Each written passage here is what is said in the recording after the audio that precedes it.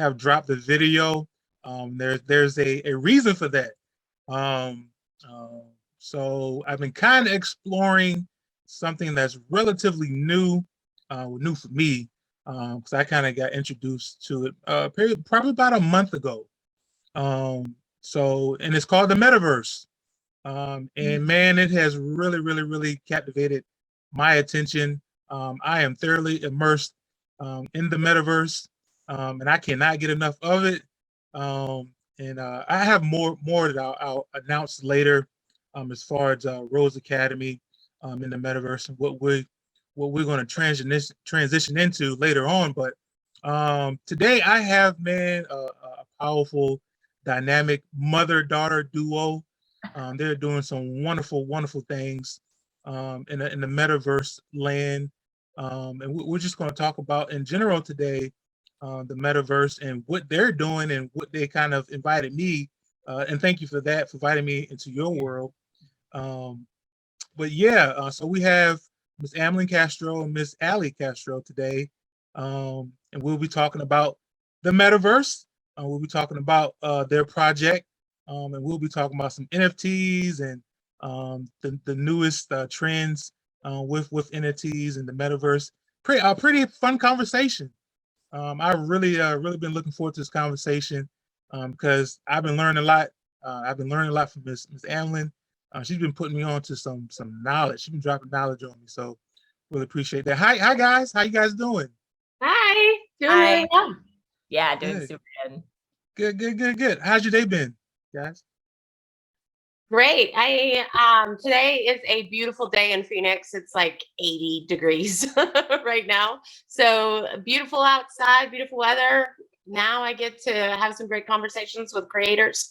So great day for me. Good. Yeah. Ali, how's your day been? So far, it's been really good. I woke up early. I woke up at like 8, which I'm not used to. But since then, I've just been really productive. I actually had a interview type thing with this artist who's making an exhibition, like an art exhibition in a museum. And so they're calling it the Human Project, where they just like interview different people of different races, and then they put it all together, and they're gonna put it in a museum in Mexico City and in LA. So that's what I did this morning. So it's wow, really cool. Yeah. So obviously it's a physical location, is that correct? Yeah, and LA is so big, so I always have to drive everywhere. This one was like 5 minutes away. Insane. Oh, gotcha. Because what I'm learning is there's a new trend. I don't know how new is new to me. So there's a new trend on online with virtual events and virtual exhibitions and galleries too. So man, I mean, it's pretty freaking neat. I'm excited. I'm amazed.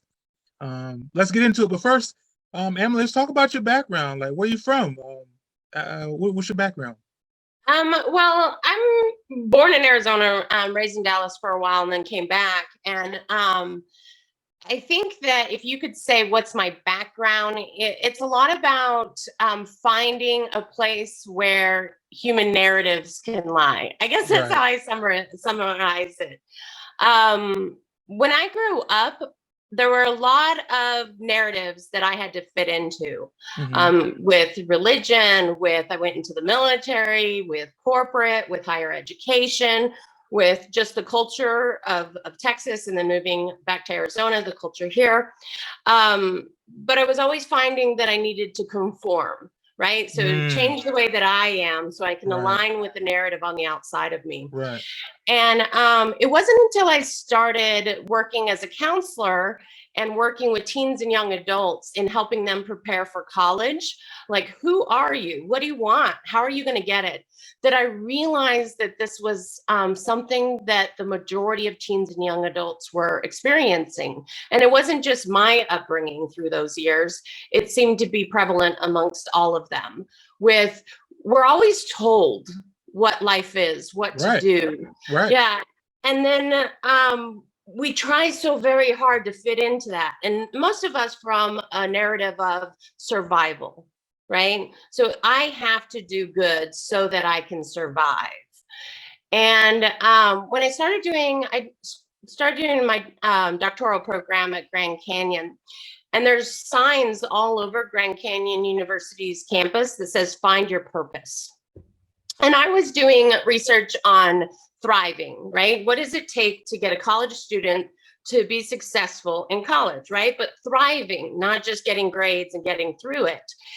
And I kept thinking about that, like, what is a purpose? So I started really looking into it, and it is individually driven. It's not societal driven. It comes from the inside out. Right. And I was teaching them how to play a game on the outside. So I started to flip it and just say, all right, I know that we're preparing to get into college and play a game, but let's start with who you are first. So that really led me to creating curriculum around who are you, self-awareness, both Right. your individual narrative, as well as how you fit into the collective of other humans, right? Because we're not in isolation, we play with others. So who am I as an individual, but also how do I fit in with other people? And then what you want to do in life. Life is an expression, an exploration. I like to say it's a game, right? So if you get a game, how do you want to play it? And we started discovering experiences, how you wanted to grow, what contribution you wanted to make, and then finally put a plan and let's do it.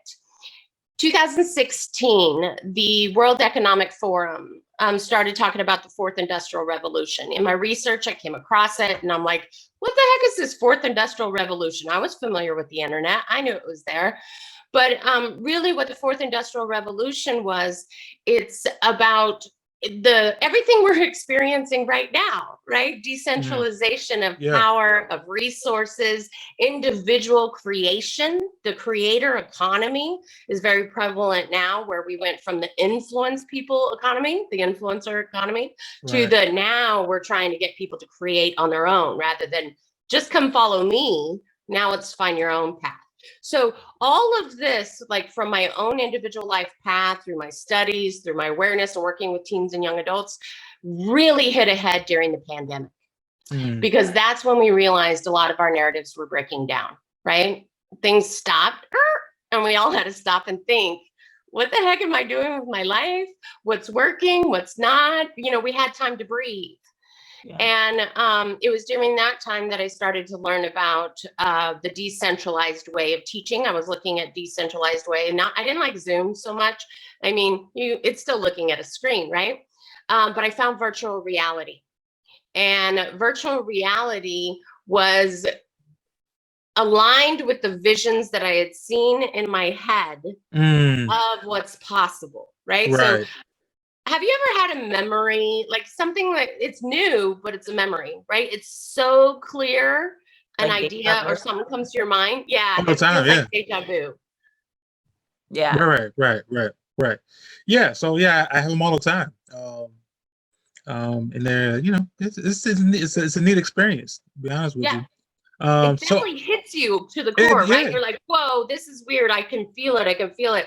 And so that vision that I had that felt like a memory, I didn't know how to do it, right? So when I started to try to make a community of teens and young adults, that was I saw the vision of all these teens and young adults in this alternate world doing all these things. And I'm like, okay, I got to make it happen. So I started doing that homesteading process. Have you seen a lot of things about people going off grid, living in tiny homes? Yes. Yeah, so I volunteered for some veteran group that was building tiny homes for homeless veterans, right? Right. And so I got to learn about that and community and how they're trying to support them in having an expression, not survival, but get to them to thrive as well. And so I thought, that's the path. I'll just get teens and young adults and we'll homestead somewhere, right? Between leaving their parents' home to going out into the world or going to college if they haven't decided that, they have a place to go. Taking care of people's bodies is very difficult. It is. And let me ask you something, because the first time we met, you said something that really struck a chord with me, because I believe in the same thing. In terms of narrative, also in education, I think we're talking about narrative and education. When in terms of narrative and education, young people all right, get left out of the conversation. They don't have a say-so in the narrative or their experience in education.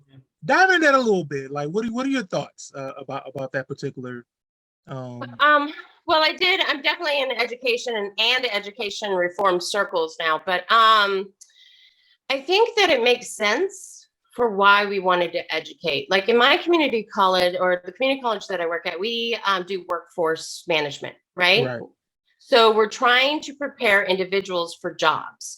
So we don't really look at the individual. We look at the corporations and the government and those kind of things, right? Right. So we say who has the job, and then let's get our new generations or new humans through a conveyor belt to be able to deliver on that.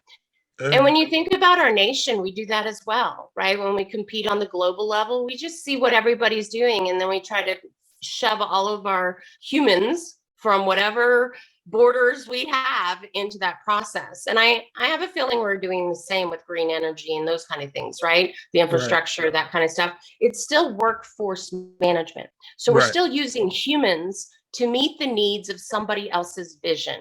Right. And I get it. Logically, that's how we've always controlled humans, right? We've always made societies work by having a lead decide, and then we just follow along. Mm-hmm. And survival is what forced all of us to do it. Right. We played those games, because if we didn't get the education, if we didn't go into the high demand jobs, then would we be able to survive, right? And have a lifestyle worth living. Right. So I get it, why we need to do it. But I think that during the pandemic is when a lot of us started to decide, wait a minute, what are we preparing for? Whose dream are we living? Now, Ali, your generation is starting to kind of reject that concept. Your generation, I'm not sure how old you are, but I know you're younger than both me and your mom. But I work with young people all the time, and I see it. Like, in terms of, I don't think you're a millennial. What's after millennials? I am a generation. I'm Gen Z, but I'm like right in between Gen Z and millennial. So like I'm a Gen Z, but I'm like the first Gen Z to ever be, like, you know what I mean? Like everyone right before me is a millennial. Right, so. But your generation will buck the trend in a minute. In terms 100%. Of 100%. In terms of, so I see it all the time at work, or what I used to. If a Gen Z didn't like the environment, didn't like how things were organized or structured, or they felt like we out of there. They're out of there. We out of there. Out of there. 100%. They don't think about tomorrow. They don't think about like how they're gonna pay the bills next month. Yeah. And to me and my wife, we talk about it all the time. I think it's risky, but I think it's neat too. I think it's neat too because I know it's to me is, for me and your mom is risky. We didn't grow up like that necessarily. Yeah. But you guys, you figure out later. See, you don't treat me how I'm supposed to treat. I'm out. I'm gone. Yeah, exactly. The way I see it is, at least, like, a lot of us looked at the people who were telling us to follow this. Right. Like, this is the steps to success. We're watching all these people do that. They're at success, and yet all these people are so miserable. Right. And they're telling us, come join us. Do what we're doing. We know how to live. And we're reflecting. And I think the best thing about Gen Z is that we do have the internet. So we don't just get the words of our fathers and our mothers, we don't get just the one opinion of the person who birthed us or the small community we live in. We now have access to the knowledge and the opinions of the world. You know what I mean? And so I think the kids now are becoming more worldly, and they're seeing what works for people and what doesn't. They're seeing, the proper ways to treat people, the ways that how their family is treating someone, and how that can be, for example, like my family can be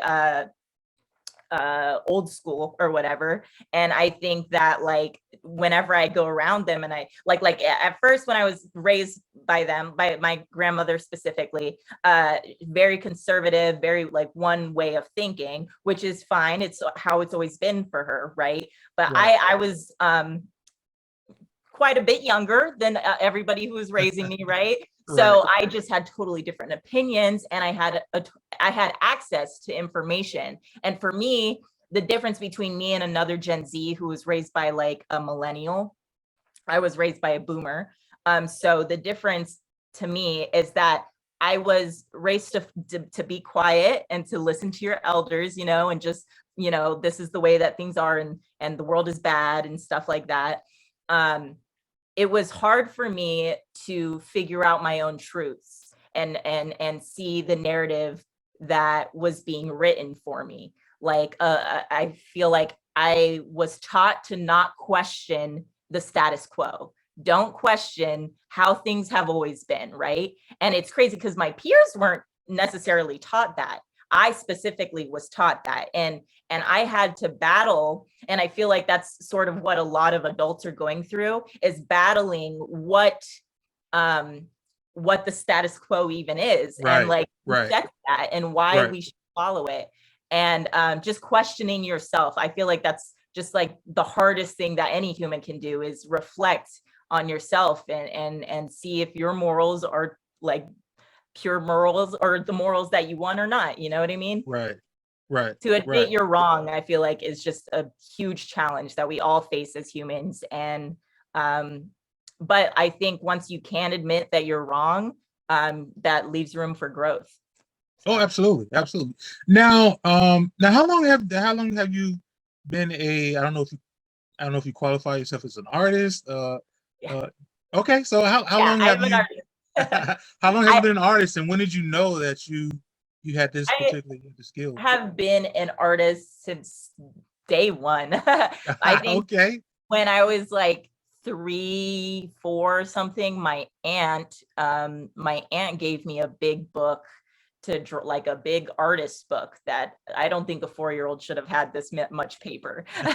But I drew like like crazy stuff all the time. I still have that book too. And then after that, I just never stopped drawing. I would draw all the time, everywhere I went, like from when I was 4 till like growing up. And I think my whole family, like my mom even knows, like has always identified me as an artist. Like and it wasn't forced upon me either. I want to make Right. that clear. Like it wasn't like, oh, you have a little bit of talent, be an artist. Like it wasn't like that. It was fully the one thing I do appreciate about my family is that they've always supported my dreams regardless of what they are. So I did have a moment of like, I mean, I still feel some sort of passion towards theater, which I had like in high school and middle school, especially.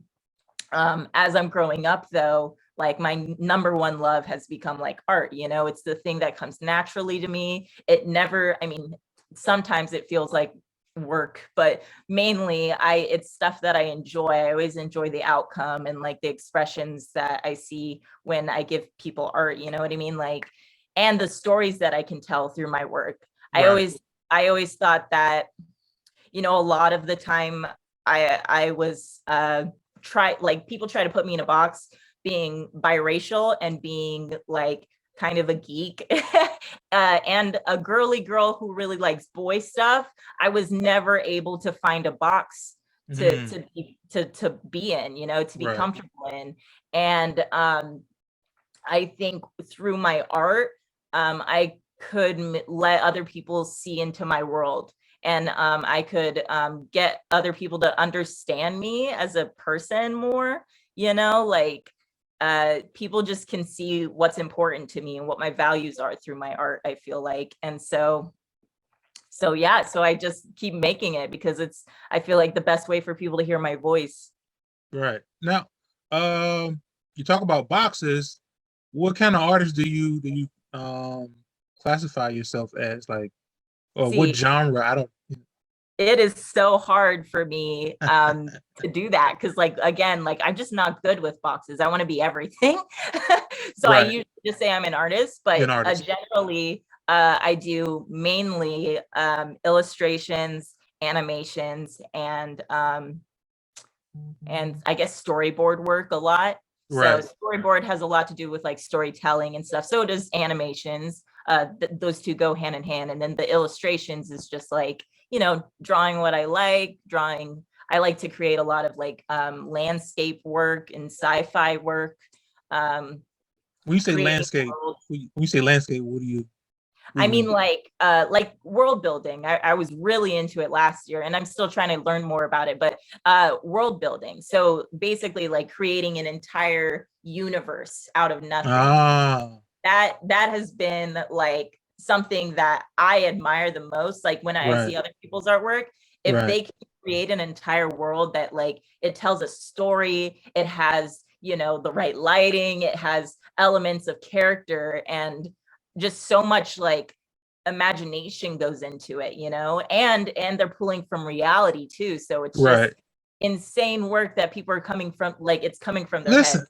I don't understand. I don't think people really understand. I don't think the common person in general really understand where we're headed, Mhm. as far as the different kind of things and the creativity Yeah. that is about to, you know, it's about to come into, you know, fruition. Mhm. It's about to get real. It's about to get real crazy. We're not saying a bad thing, but what you can create is really about to be ridiculous, and it's not going to take $1 billion $1 billion budget to do it. Yeah. Yeah, so it's about to get crazy now. Amlin, let's talk about metaverse. What is metaverse, at least in your eyes? What is metaverse?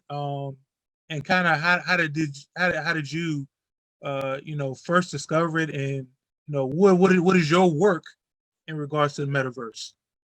Okay, so I guess you could say I discovered the metaverse through the virtual reality, right? Right. So getting into the virtual reality and education piece of it.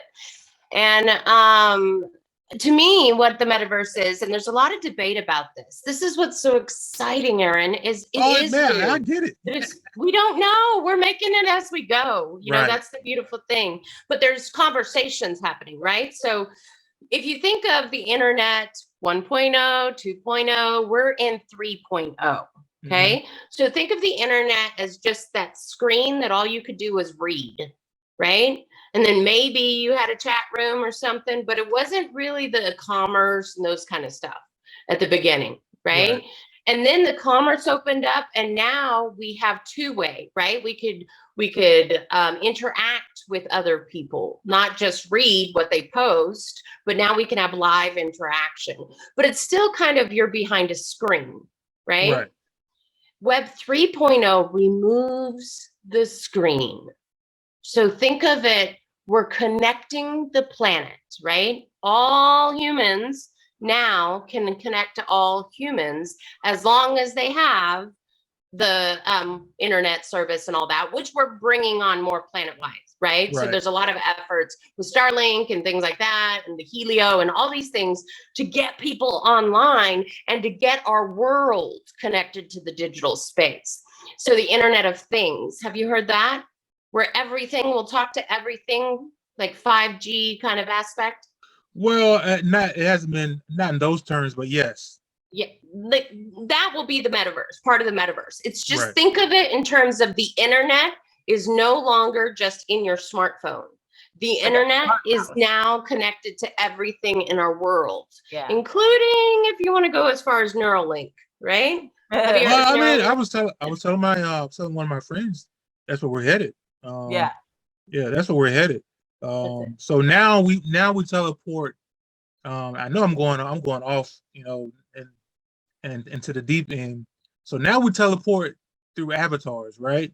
Mhm. We can connect to, so say like if I have a room in Second Life. I know I know it's old, but if I Yeah. have a room in Second Life, I can invite you guys there in Second Life as avatars, and we can kick it and chill, talk, Yeah.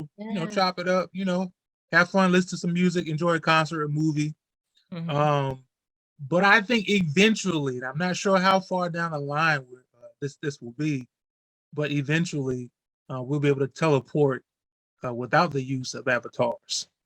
I'm not sure if it'll just be I'm not sure if it'll be just be a mental thing, or you can teleport in total body presence. Yeah. I think that's pretty neat. Some people might not think so, but that's where we're headed. But I ask you, Aaron, what you say to people who fear that type of future. There's a lot of people who do. So, and listen, and here's my thoughts. Either kind of figure out how to get on board or get left behind. Mhm. All right. So you gotta. So I mean, and I was talking to your mom about this. So there's duality with everything. It's up, down, right, left, good, bad. You know, right-handed, left-handed. There's two sides to everything. And so you can do bad. You can do bad with the metaverse, but you can also do good. All right. If you're a good-hearted person, you can figure out how you can serve humanity doing good through metaverse. Mm-hmm. All right. It doesn't have to be a scary experience that you're in fear of. You can figure it out, and then when you figure it out, you can figure out how to serve humanity with it. Yeah. So to me, that's what I think. Yeah. A lot of the fear is just based on the unknown. They don't know. It's just like everything else in life. Whenever you go to a new job or you get a new position, there's that fear, there's that nervousness that you have only because you don't know what tomorrow's going to hold. Well, I mean, you just gotta kind of take the plunge. To be honest with you, that's what I think. But not everybody's built like that. But there's definitely, like you mentioned, the when something new happens, innovators come first, right? Like both Ali and I, and I'm sure you as well, Aaron, we're kind of created to be interested in exciting new things. Oh, absolutely, right? Yeah. We're more forward than we are history, you know? Right. And so I think that character definitely, like your character, your personality, has something to do with where on the spectrum you are, right? Are you an innovator or are you the late adopter? In whatever it is, this is in terms of technology and expression and things like that. I always am wondering if when more people move up into working, living, expressing in the metaverse, if we wouldn't have more room for people to be more expressive and working and living in the physical world. Because if you think about, like, if we're competing for the same job in the same towns and that's all we can do, right? Some of those people are going to go work planet-wide in the metaverse. Even though they still live in that town. Oh, so yeah, and then those that want to stay in the town will have more space. But even before we met, and you kind of helped me bring it home, drive my point about history is about narrative. Yeah. Even before you and I started, talking, I've started to come to that discovery. History is about narrative. All right, but with the metaverse, all right, the narrative has not been written yet. And those who can kind of see where it's going will have the experience of developing the narrative of the metaverse. Yes.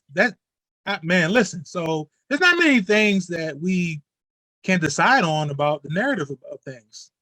Right. But if you can see where this thing is going, you can help develop the narrative about it. That's exciting. Yes. That's exciting. That's why Zion is being built. Is we're okay, let's go to let's talk about Zion. Yeah, so Zion is Ali and mine just talking about this stuff, right? So I'm telling her about, I'm doing workshops, I'm doing the tiny home stuff, and we're telling this story, and then the metaverse comes, but Ali is a storyteller, right? So I'm a narrator, I see and I narrate, but she is like able to see what I narrate, and she could put it in imagery, and she could put it in a linear fashion, if that makes sense, from the beginning to the end of the story. It's one of her gifts as storyboarding, and is to be able to tell that. So Zion started to form because we were talking about all these possibilities that weren't written yet. And how do we bridge the teens and young adults from the old narrative that school is still teaching, right, to this new possibility where they're the center of the story. Instead of trying to fit into somebody else's story, Right. they're the center, right? They're the main character. So Ali came up with these characters and Zion, and I'm telling you, this is what I love to do. Ali and my relationship, I think, really has blossomed through our creative endeavors of just visiting this world and talking about possibilities, and even talking about our beliefs and values and, you know, those kind of things. So this development, it took a life on its own, but it was all about how do we get this huge possibility that's out there to be enticing to a new generation without using the old process, right? Because we don't want to just get in a classroom and here's how you do an NFT. Here's what this is. Here's how this. We want them to want to do it, because not everybody, I know that some of my students are forced to go to school and they don't even want to be there, right? Right. And I don't think that is, I don't think that's honoring the human ability to learn. Right. So we're getting back to learning. So this is a storyline to tell the story about the possibilities of the metaverse and to inspire the new generation to come play. That's it. That's what it is. Come play. We're going to show you a little bit of the ways to play through these characters. But then our vision is to have them create their stories and place them in the military and the metaverse. And then no, not military. But then off to war. Well, I always get stormtroopers in my mind for some reason. Like, you know how they're like going off to another planet? I always have this, like the new generations, like they're like boarding up into the metaverse, right? They're going into this new possibility, and it's a paradigm shift, not only in the experience they have, but in the narratives that fuel those experiences. And the possibilities are much grander than we ever talk about in education. Right. I like what you said about the learning aspect too, because I noticed, you know, I'm still pretty young. I'm 23, but I noticed I was one of those students who also hated learning, but I knew that I had to do it. And then I didn't retain anything that I had to learn. Like I was literally like, what? And it's not until my own curiosity comes into play where I actually retain the knowledge that I like am looking for. Like, for example, last night, even I realized I was like, I don't know what the first ever religion was. Like, I was like, I don't know that. Gosh. And then I also didn't know, I realized I didn't know how Luther or Protestants became like turned or what am I saying? Catholicism took over Luther Protestant religion. Oh, deep rabbit hole there. Yeah, I rabbit holed that. I was like, I knew it. It's like, you know, stuff that was regurgitated to me, but I did not keep any of that or retain it. And so relearning all of it last night, I was like, I have a better understanding of history, and I learned the way that I know how to learn. Like nobody taught me and like was like, this is how you're going to get this information down. Like I know how I can learn, and I went out and I sought out that information for myself. Like I didn't need a teacher.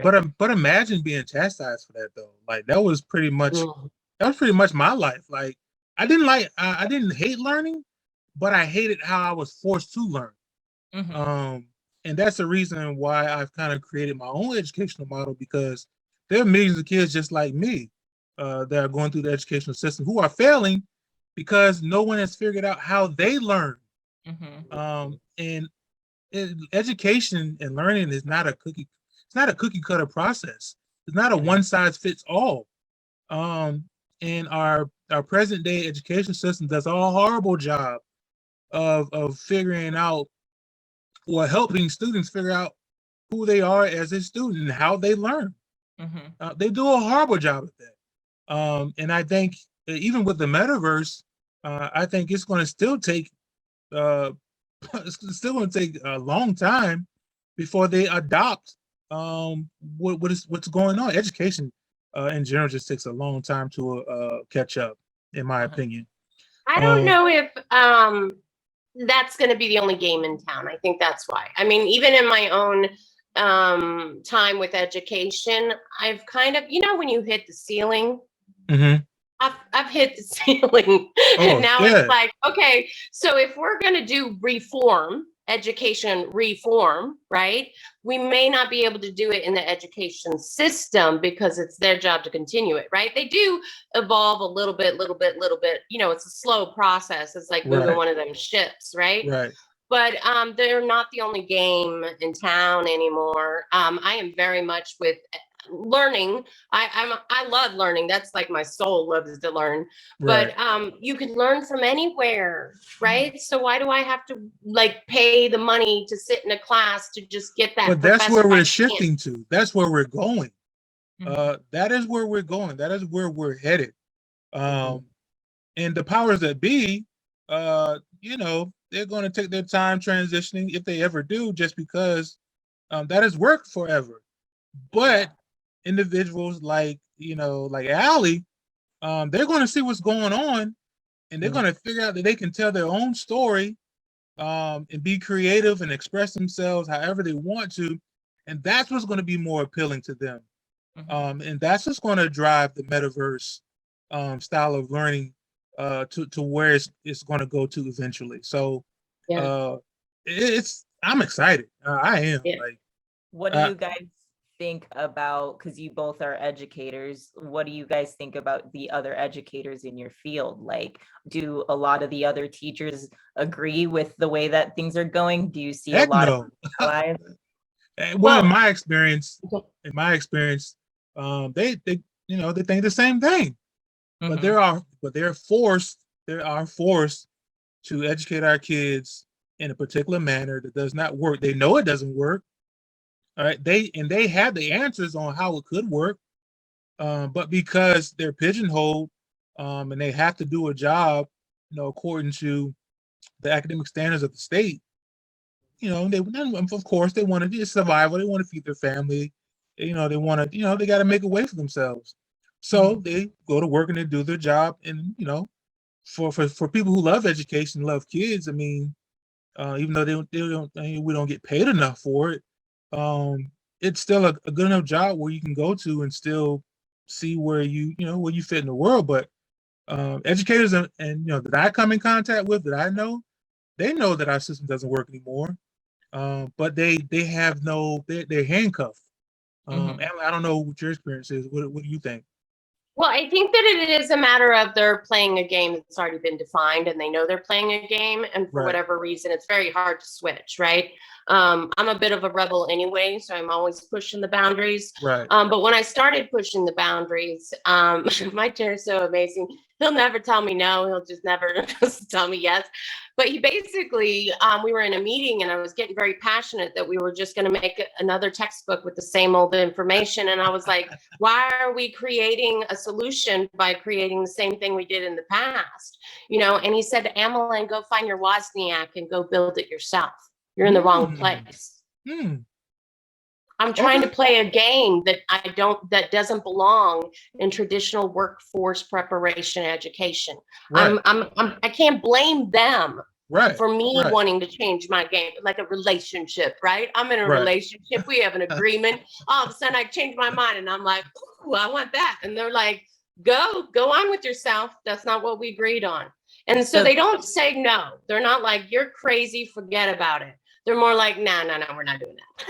So you're speaking of like an alternative to like high school and middle school and stuff.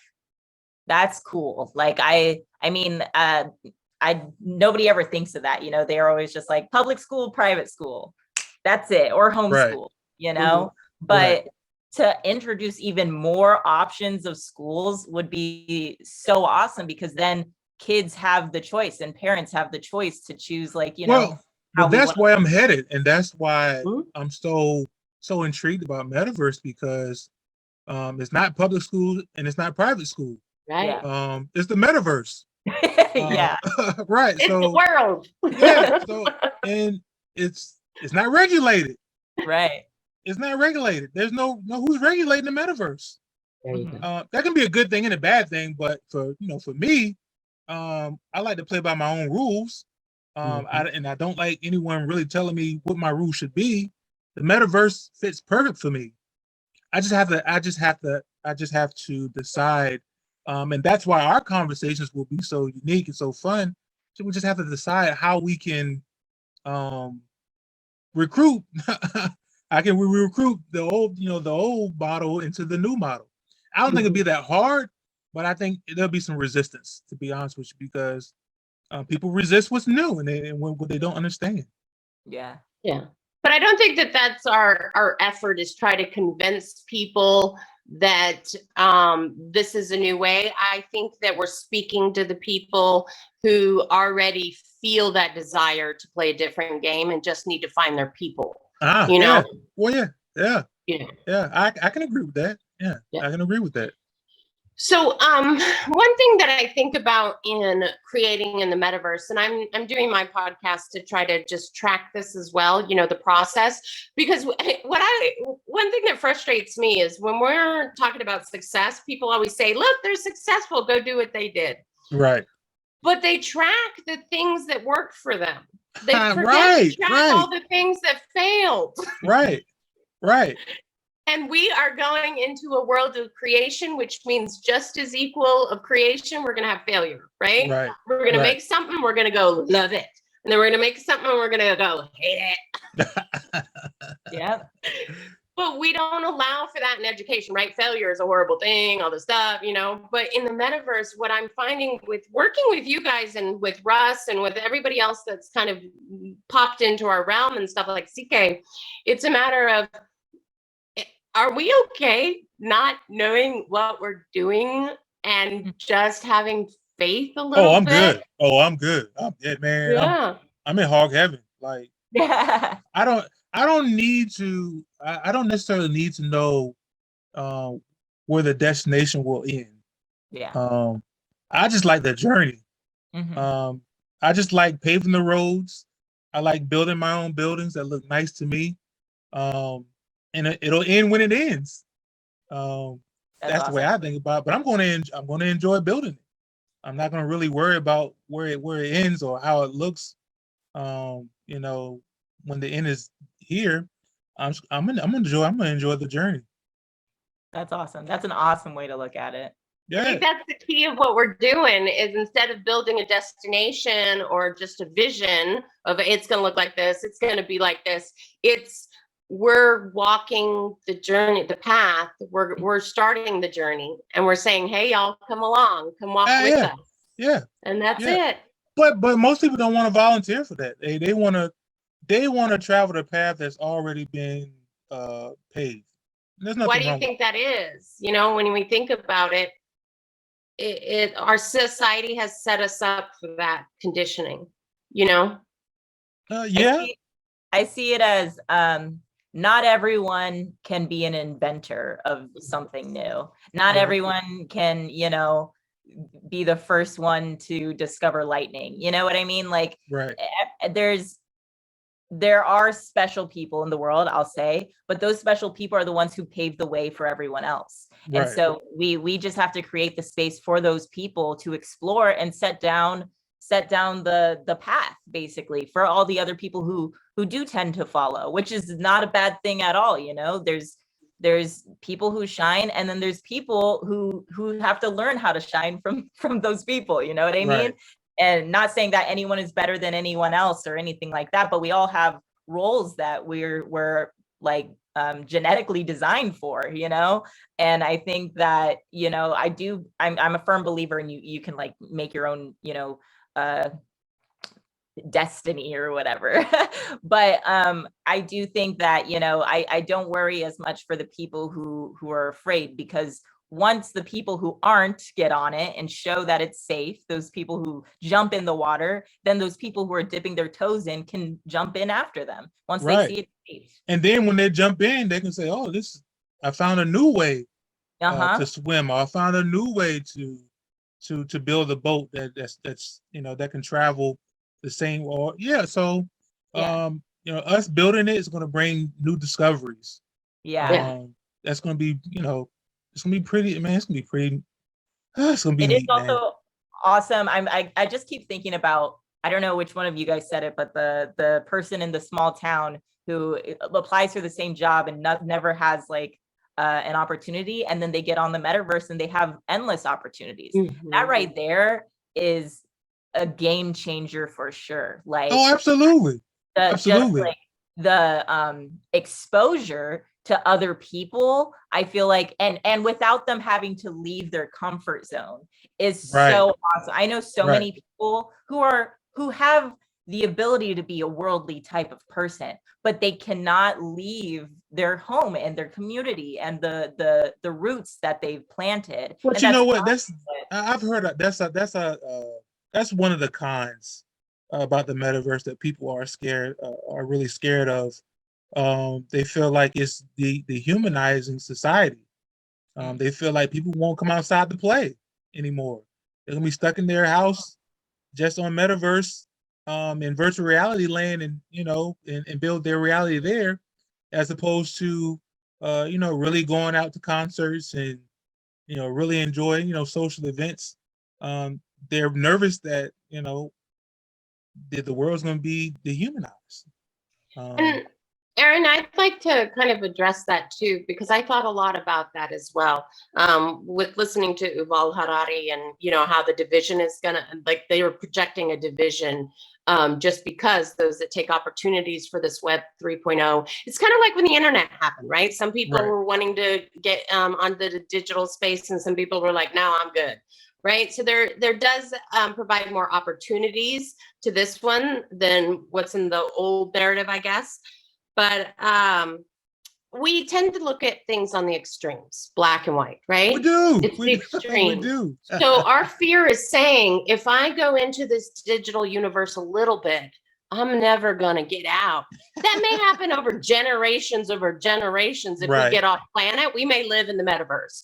But right now we all have flesh suits, right? We still got to take care of them. That's what I always say. I'm like, I gotta feed this thing. I got nutrients, and for some reason, some people still like. This is weird for me, but some people like to be in the presence of other flesh suits, right? Bodies. Even though our minds, our consciousness can voyage beyond our bodies. Right? Like on the phone, like in the metaverse, like all different ways we can connect beyond our physical bodies. But there's some individuals that are like, it's not enough for my consciousness. I need to be present with their physical body. You can still do that at any level that you want. Right. It's just we're saying we're now allowing the consciousness to voyage further. Your mind can now voyage across the planet and play with people in Japan. Right. But your physical body can't necessarily play that game yet until we get all these contraptions that connect to the metaverse. Right. But you know what I mean? So I think that our fear is, if I do it a little, I'll have to get stuck there and I won't get to do what I like to do. As you know, you can attend a concert. I was in the metaverse or in virtual reality, and Billie Eilish was doing her concert, and we're all standing around with people. I don't know these people. It's just like all over the planet, right? We're watching a Billie Eilish concert. So we can still do the things that we want, both in the digital space, but also if you want to take your body out, put your clothes on and go in the physical space, play that way too. We're not taking away the world. That's the part that's appealing to people. So just think about people who are not as mobile, or who have a disability where they can't move. So the virtual reality world, it is their world. It's a world where they can dance, they can sing. If they can't sing, they can do a concert, play music, enjoy others. In a body that they necessarily can't have the same freedom in the physical world. Yeah. So for some people, huh? I said, and that they can design themselves, so that that you can design. That's appealing for a great number of people in the world. So I think people have to see the good in both. They have to see see the bad, but you have to see the good too.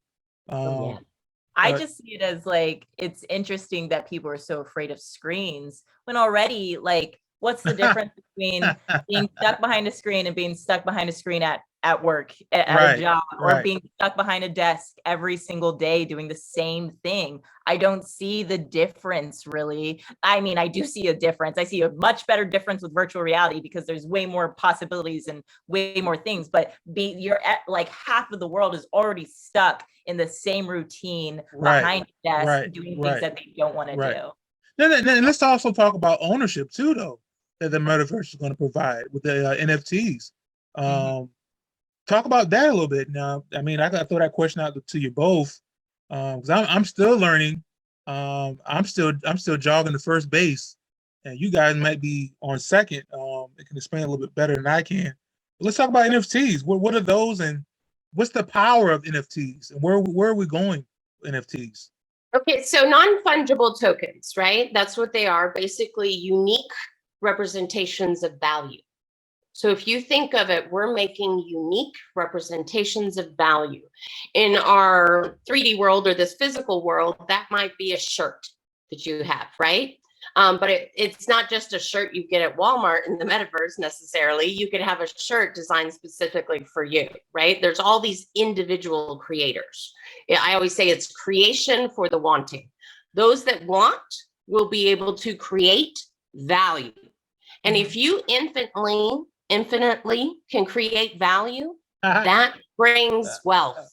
Wealth, not a salary, not a paycheck, Come on, man. wealth. Yeah. Yeah, And yeah.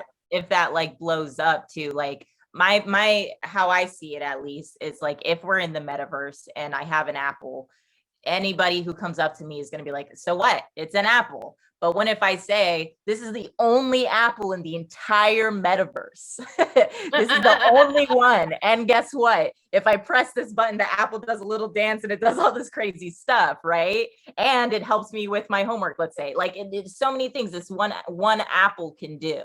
That's the blockchain or an NFT is what that is. And then I sell my apple. Let's say I made the apple. I sell that dancing apple to someone. I'm still getting money because I'm the one who created it.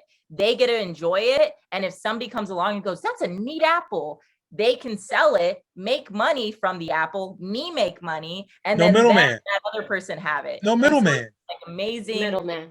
Yeah. there's many people who are benefiting, especially me, off of my little apple that I made. And it's just for enjoyment, and you don't even need to keep it. You can keep it for like a week and then sell it for something cooler that's of more value or equal value. It's awesome. Man, people gonna And listen to that's this and think one we're way. bugging. Yeah, and that's just one way. Like I There's do like billions.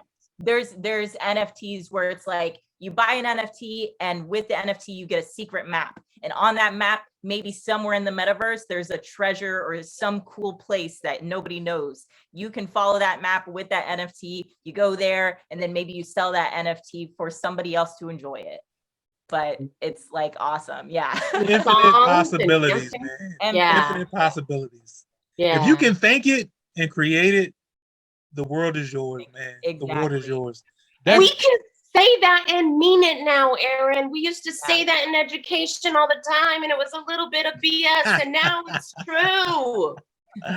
yeah. What does it It mean was for it was people? true if somebody believed in you. Now it's true. What does it mean for people who are overwhelmed with that amount of possibilities? Because like I feel like the more that possibilities open, the more people like get shy and nervous about like, well, if I don't Well, know what works, if well. one So person and says here's my thing too. So because it's not regulated, or because there is no central place where people learn how to go from first to second to third to home plate, it's going to kind of be like that. So something. that's why I want to come in. I want to create a central location where people can learn how to hit the ball, go to first base, go to second base, go to third base, and travel home and score. There really isn't a lot of that going on right now. It's kind of like a free for all in terms of um, how things are going right now as far as discovering how you can do it. Mhm. There are videos out there, of course, but there is no. And I still believe in systems. Don't get me wrong. There's a system to everything, And once you figure out the system, now my system may be different from your system, or you can learn my system, and because you learn my system, you can finagle your own system. It's still a system, but you do have a foundation, and I think that's what a lot of people are missing. There's no foundation. It's just a free for all. It's just a freelance. And so I kind of want to put some uniformity. I don't want to conform. I don't not conform. I want to put a uniform way of how people can go about the metaverse. So, Yeah.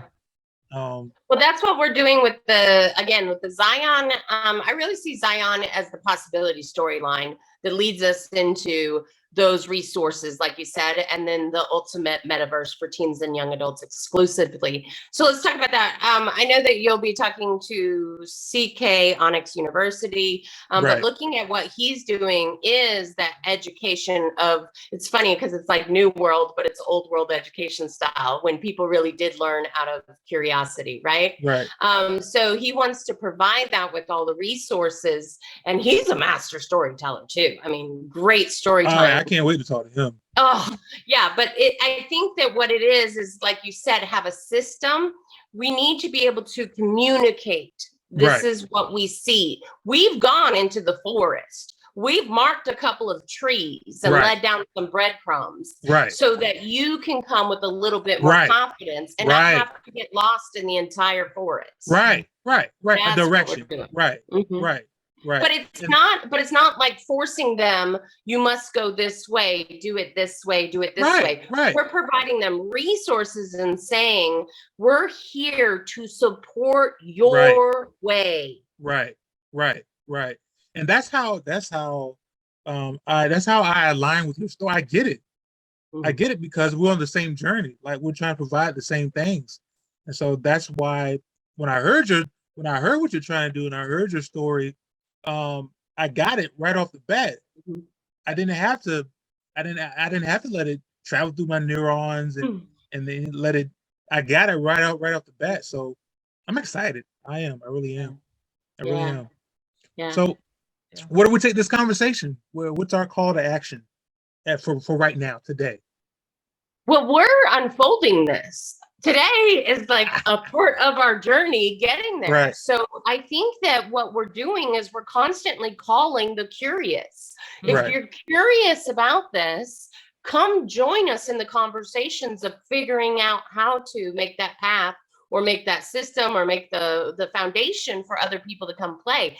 And if you're an early adopter, come play with us first, because you're going to be, if you're a teen and young adult, that's who we specialize in with this. And I think I'm very passionate about giving teens and young adults some place in existence for themselves, because we just don't allow for that anymore. A safe place where they can discover their own narratives and they don't have us nagging adults saying, or looking over their shoulder like, oh, you might want to judging and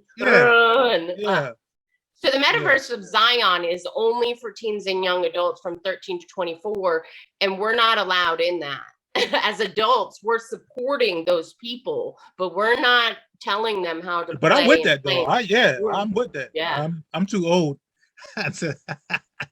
We get another lifetime maybe again. Yeah, I'm too old to dive in and figure. Yeah, I feel good with guiding. I really do.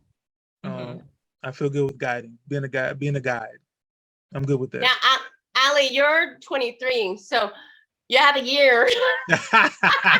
You're like creating. Yeah, you got a year and you're old too. As soon as Metaverse it's built, world. she can't get in. Yeah.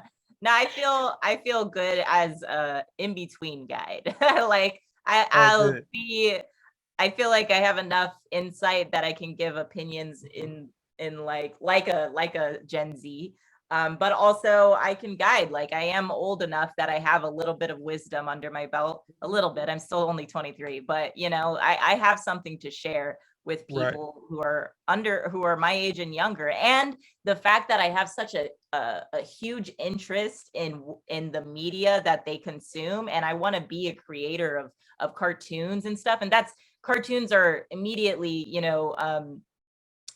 seen by young people. Like those are our audience, and just like Zion and stuff, we want to engage the children, because they're the future. And Right. I think that like cartoons are just as impactful, Oh, like absolutely. especially Yeah. and just fantasy stories. I mean, so many stories are the reason why I am the way I am today. Like so many cartoons and animated movies and stuff are the way that are the reason why I think the way I think, regardless of my outside world. It was what I consumed as a kid and what I valued in the art that was shown to me.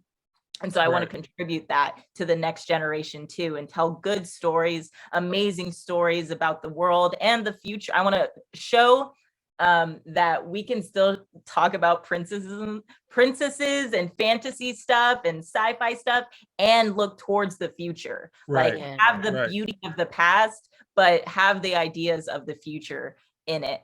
Cool. So that's what I would say. I would also like to, my call to action for people who are young is to not be afraid or intimidated by the knowledge of what's being like given to you. Because I felt like when I was young, I was like, oh, I'm too young to understand that. I'll just Right. listen to whatever somebody says. But you're never too young to learn something. You're never too young or uneducated to take the time to learn something new, or to be accepted into a community of creators and intelligent people. Like there is not one perspective that is the same as another. Every perspective is unique. But I'm gonna say this too, though, as far as the youth concerned, the faster you can figure this thing out, the faster potentially your life can be. As far as earning potential, as far as being your own boss, as far as providing the kind of lifestyle that you see fit. Like the faster you can figure this out, and how it's set up and how you can really benefit from it, the better your life can really be monetarily. So if and I know young people are really interested in money and lifestyle. Oh, for sure. Yeah, jump and in. what they love and Yeah, doing what jump they in. love. That's what motivates them. That's what motivates our younger people. Like, how is this going to benefit me now? Right now, not 15 years from now. How can I benefit it from right now?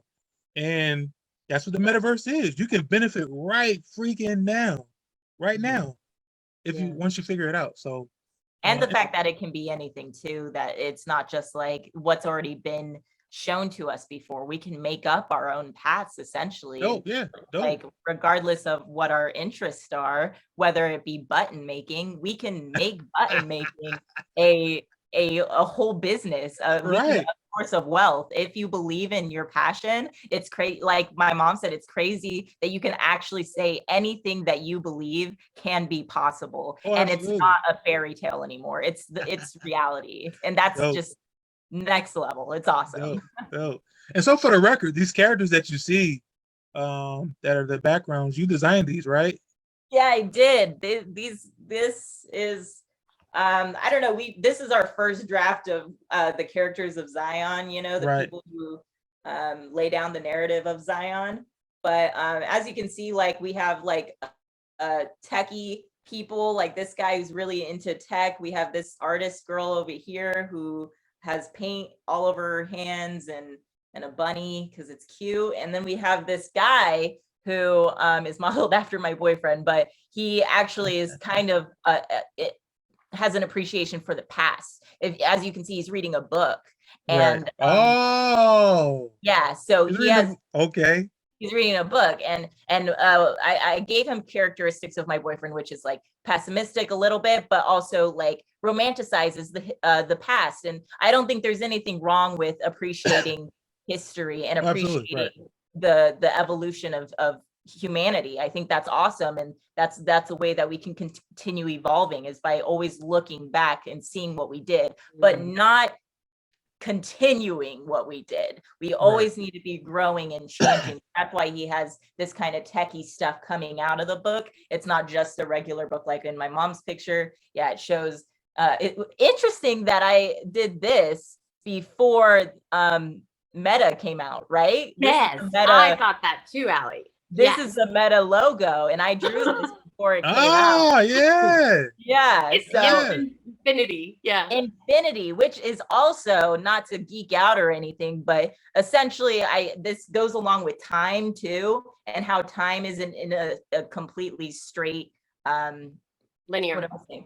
It's not linear. Thank you. It's not linear. Like time is like, supposedly it goes around and around, like everything continues and stuff, and that just like welcomes the ideas of different dimensions and stuff like that, and aliens and everything that we've had curiosity about that is now becoming a reality, and now is like stuff that we're like, oh crap, this is possible. Just like sorry, I'm just so excited, the telescope coming out that's going to show us the Big Bang. That to me is insane that it's not like on national news all the time, because we're gonna like be able to see like one of life's biggest like mysteries, you know what I mean? We're able to figure it out, and that just, I don't know, I wish that was a bigger deal. But I mean, to be honest with you, the metaverse. So the term metaverse is mainstream, but what's going on in the metaverse and how it operate and what's in it, I think people are still kind of it's still underground. oh, for sure. Yeah, it's still underground. It's not something that's mainstream just yet. I saw this TikTok the other day or I think my mom sent it. It was like of a robot with like human emotions. And all the comments were like, you've never seen the Terminator before? Have you never seen iRobot? Come on, people. You never seen a movie? And it's so funny that that's how they justify their fears of the future, is these movies made in the 80s where we thought RoboCop. RoboCop was half human, half robot. Yeah, exactly. It's just like, these are such old ideas, and they're movies that were made from the perspective of that time. If we were to make a futuristic movie, which we have many times today, would be totally different about like the metaverse is what I'm saying. It would be totally different in a totally different direction. Like even looking at Back to the Future, how they thought 2000, I don't know, I thought it was like 2016 or something was going to be, was totally different than how it actually is. And so for us to think that what we've always thought the future was going to be like is inevitable is just a closed-minded thought process, in my opinion. Oh, good. One thing that really is going to be great about this, though, is the number of narrations that can be told. You know, when we talk about the past, I've watched movies from when I grew up, and they're kind of appalling to where we are consciously now. And now in just our regular world, we're talking about, hey, there's some stories that haven't been told. Why aren't we giving voices to these stories? And it's always about resources. What's interesting, oh, we can't tell them all. Those that, you know, we can only tell so many, you know, we'll pop one or two in, but we're telling these kind of stories. The metaverse is like open land, right? So why don't we start telling the stories there that supposedly have to wait in line to be told in this physical world? Yeah. You know, that's what I see. Is I'm like, you know, all these people that have been waiting in line, paying their dues, whatever it is that they're supposedly supposed to be waiting for their chance, those narratives need to come first up there. Because there's no waiting. And so if we can get all those people that are just frustrated with, I'm not being heard, or this isn't being communicated, or there's no space for this, those people have space now. And that's who I want to support. Is I want to support new conversations that, you know, have been crowded out. And the metaverse there's some tough conversations that need to be had. I'm telling you.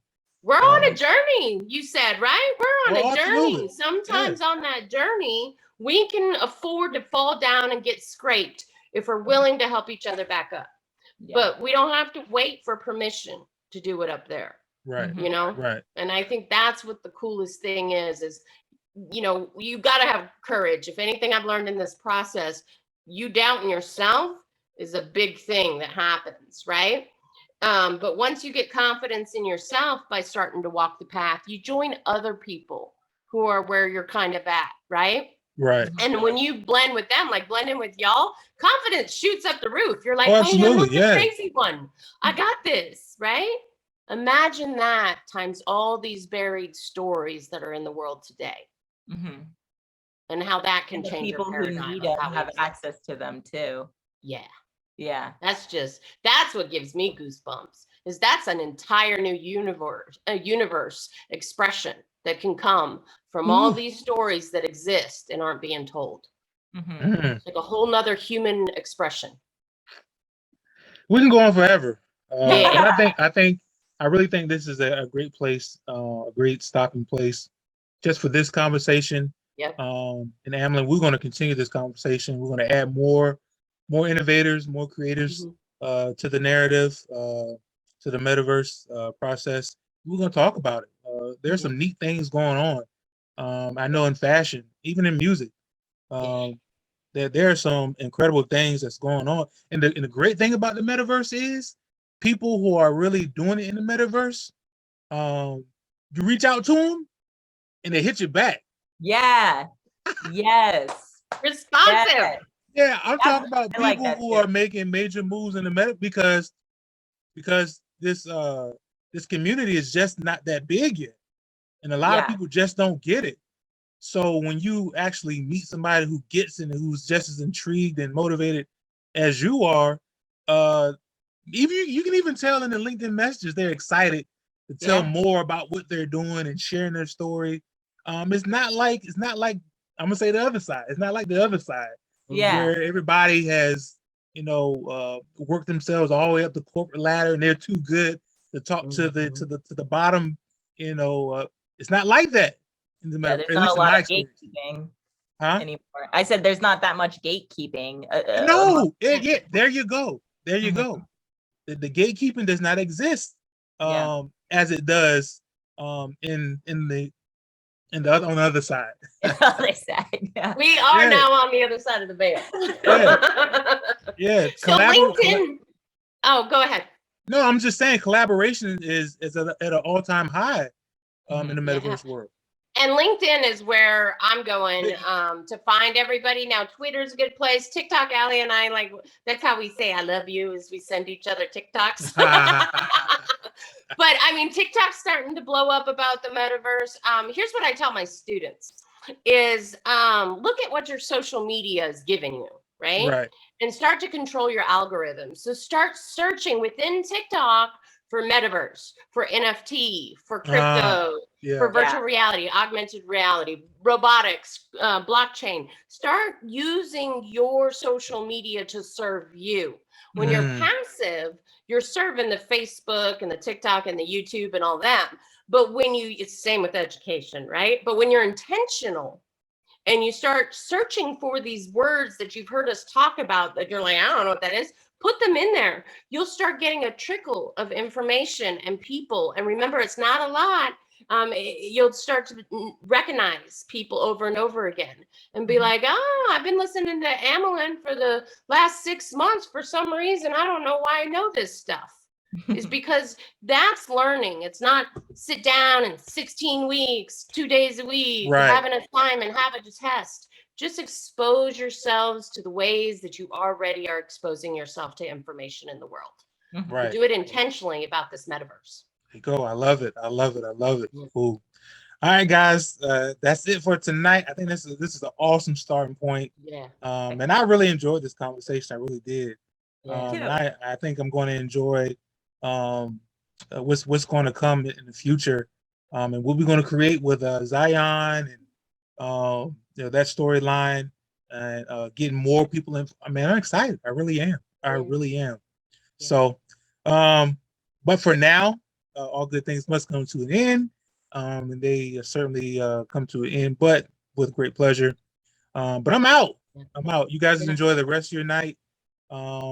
And I will get with you guys at a later time. All right. Yeah. Nice. I appreciate your energy so much, Aaron. Oh, no problem. No problem. Fire. No problem. You guys bring it out of me. I love it. I love it. Have a good one. Bye. Bye, Ali. Bye, Mom.